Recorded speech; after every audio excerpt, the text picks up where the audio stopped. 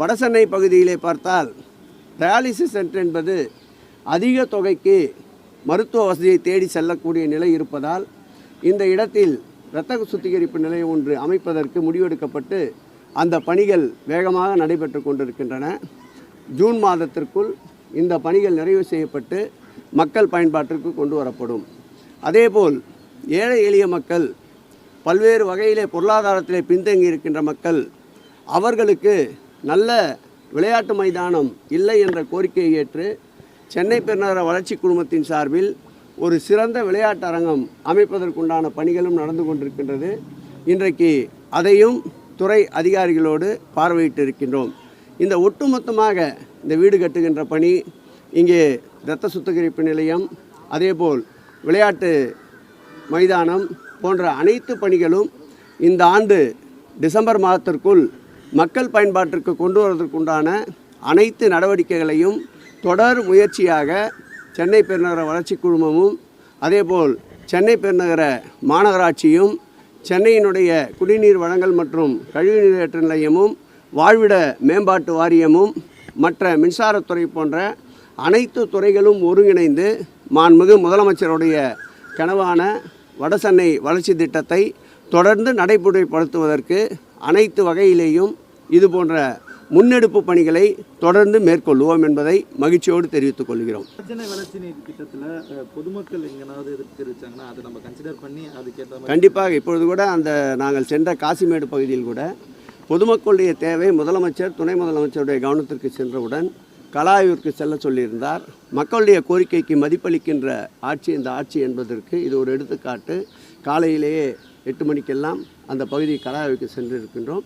தொடர்ந்து அந்த பகுதியிலே அனைத்து சூழல்களும் ஒத்துழைப்பு தருமானால் நிச்சயமாக அந்த மக்களுக்கு நிரந்தர வாழ்விடத்தை ஏற்படுத்தி தர இந்த அரசு மாண்புமிகு தமிழக முதல்வர் அவர்கள் நிச்சயமாக நடவடிக்கை எடுப்பார். சுகாதார மேம்பாட்டிலும் சரி, அடிப்படை வசதியிலையும் தென் சென்னை மத்திய சென்னை கம்பேர் பண்ணும்போது வட சென்னை இன்னும் எங்களுக்கு அது சரியாக கிடைக்கலங்கிற மாதிரி தான் ஆண்டாண்டு காலமான கோரிக்கை. இதை மாற்றுறதுக்கு நம்ம என்ன பண்ணணும்? இதை மாற்றுகின்றபடி தான் திராவிட மாடல் ஆட்சி என்பதே மாற்றத்திற்குண்டான ஆட்சி.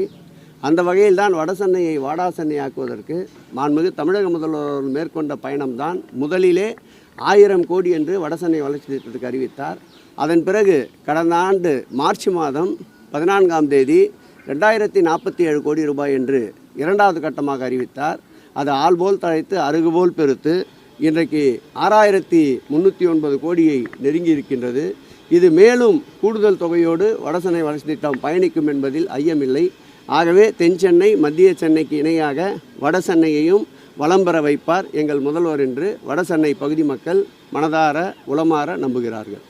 ஒரு முருக பக்தனாக கேட்கிறேன். அடுத்த வருஷம் தைப்பூசத்துக்குள்ள பழனியில் குடிநீர் கழிப்பில் விட்டு அடிப்படை வசதிகள் மேம்படுத்தி கொடுக்க வேண்டும் சொல்லி பாஜக மாநில தலைவர் அண்ணாமலை காவடி எடுத்து சென்று பழனியில் போயிட்டு வந்ததுக்கப்புறம் இதை சொல்லியிருக்காரு சார். நேற்று இரவு தைப்பூசம் முருக பக்தருக்கு அவர் காவடி எடுத்தால் அதை விமர்சனம் செய்வதற்கு நான் தயாராக இல்லை. அவர் ஏற்கனவே சொல்லிய நேர்த்திக்கடன் 48 நாட்கள் நான் செருப்பை அணிய மாட்டேன் என்றார். அரசியலை ஆன்மீகத்தை சம்பந்தப்படுத்தி அரசியல் ரீதியாக சொன்ன பதில் அது. அதற்கு நேற்றைக்கு நேர்த்திக்கடன் செலுத்தியிருக்கின்றார். இந்த ஆட்சி ஏற்பட்ட பிறகுதான் பழனியுடைய குடமுழுக்கு நடந்தேறியிருக்கின்றது. சுமார் 98 கோடி ரூபாய் செலவில் வளர்ச்சி திட்டம் பழனியுடைய முதல் மாஸ்டர் பிளான் பணிகள் நடந்து கொண்டிருக்கின்றன. இரண்டாவது மாஸ்டர் பிளான் 2010ஆம் ஆண்டு மாண்புமிகு முத்தமிழறிஞர் கலைஞர் அவர்கள் நில எடுப்பிற்காக 50 ஏக்கர் நிலத்தை கையகப்படுத்துவதற்கு 58 கோடி ரூபாய் ஒதுக்கப்படும் என்று அரசாணை பிறப்பித்தார். கடந்த 10 கால ஆட்சியில் அந்த அரசாணை தூக்கத்திலே இருந்தது. மாண்புமிகு தமிழக முதல்வர் வந்த பிறகுதான் அந்த அரசாணையை செயல்படுத்தி கருவூலத்திற்கு 58 கோடி ரூபாயை செலுத்தி இரண்டாவது மாஸ்டர் பிளான் விரைவு திட்டத்தையும் எடுத்திருக்கின்றார். பழனியை நீங்கள் சென்று பாருங்கள். ஊடக நண்பர், நான் வேண்டுமானாலும் அழைத்து செல்கிறேன். திருப்பதிக்கு நிகராக பழனி இல்லை என்றால் நீங்கள் என்ன கூறினால் நான் ஏற்றுக்கொள்கிறேன். எப்பொழுது நீங்கள் பயணிக்கலை என்று சொல்லுங்கள், அதற்குண்டான ஏற்பாடை செய்கிறேன். அனைத்து வசதிகளும் நிறைந்து மேலும் குறிப்பிட்டு சொல்ல வேண்டும் என்றால் இந்த ஆட்சி வந்த பிறகுதான் பழனி தைப்பூசத்திற்கு சுமார் ஒரு நாளைக்கு 20,000 பக்தர்களுக்கு 10 நாட்களுக்கு 20 லட்சம் பக்தர்களுக்கு கட்டணம் இல்லாமல் அன்னதானம் வழங்கப்பட்டு வருகின்றது. இப்படி எண்ணற்ற திட்டங்களை பழனியினுடைய அருள்பெருமான் முருகனுக்கு கொண்டு வந்ததால் தான் இன்றைக்கு தைப்பூசத்திற்கு ஒரு நாளைக்கு 2 லட்சம் பக்தர்கள் வந்தால் கூட எந்த விதமான சிறு அசம்பாவிதம் நடைபெறாமல் தைப்பூசம் வெகுவாகவும் விமர்சையாகவும் நடந்து கொண்டிருக்கின்றன. தைப்பூசத்திற்கு பழனியில் மாத்திரமல்ல, அறுபடை வீடுகளான பழனி என்றாலும் சரி, திருச்செந்தூர் என்றாலும் சரி, சாமிமலை என்றாலும் சரி, திருப்பரங்குன்றம் என்றாலும் சரி, திருத்தணி என்றாலும் சரி, வரலாற்று இல்லாத அளவிற்கு பக்தர்கள் கூட்டம் இந்த ஆண்டு அதிகமாக இருந்தாலும் திட்டமிடலோடு அந்த பக்தர்கள் வருகின்ற இறை அன்பர்களுக்கு தேவையான அனைத்து அடிப்படை வசதிகளையும் செய்து எங்கு பார்த்தாலும் அரோகரா என்ற கோஷம் மனமு வந்து மகிழ்ச்சியோடு முருக பக்தர்கள் கோஷமிட்டதை மனதார கண்குளிர காண முடிந்தது. இந்த முறை நம்முடைய மருதமலையில் பார்த்தால் 5 லட்சம் பக்தர்கள் 24 மணி நேரத்தில் வருகை தந்திருக்கின்றார்கள். அங்கும் தேவையான அளவிற்கு போதிய அளவிற்கு பக்தர்களுடைய தேவைகளை நிறைவேற்றுகின்ற அளவிற்கு அடிப்படை வசதிகள் செய்து தரப்பட்டிருக்கின்றது. குறிப்பிட்டு சொல்ல வேண்டுமென்றால் ஒரு 60 லட்சத்திற்கும் மேற்பட்ட பக்தர்கள் இந்த தைப்பூசத்திலே முருகனை தரிசித்திருக்கின்றார்கள்.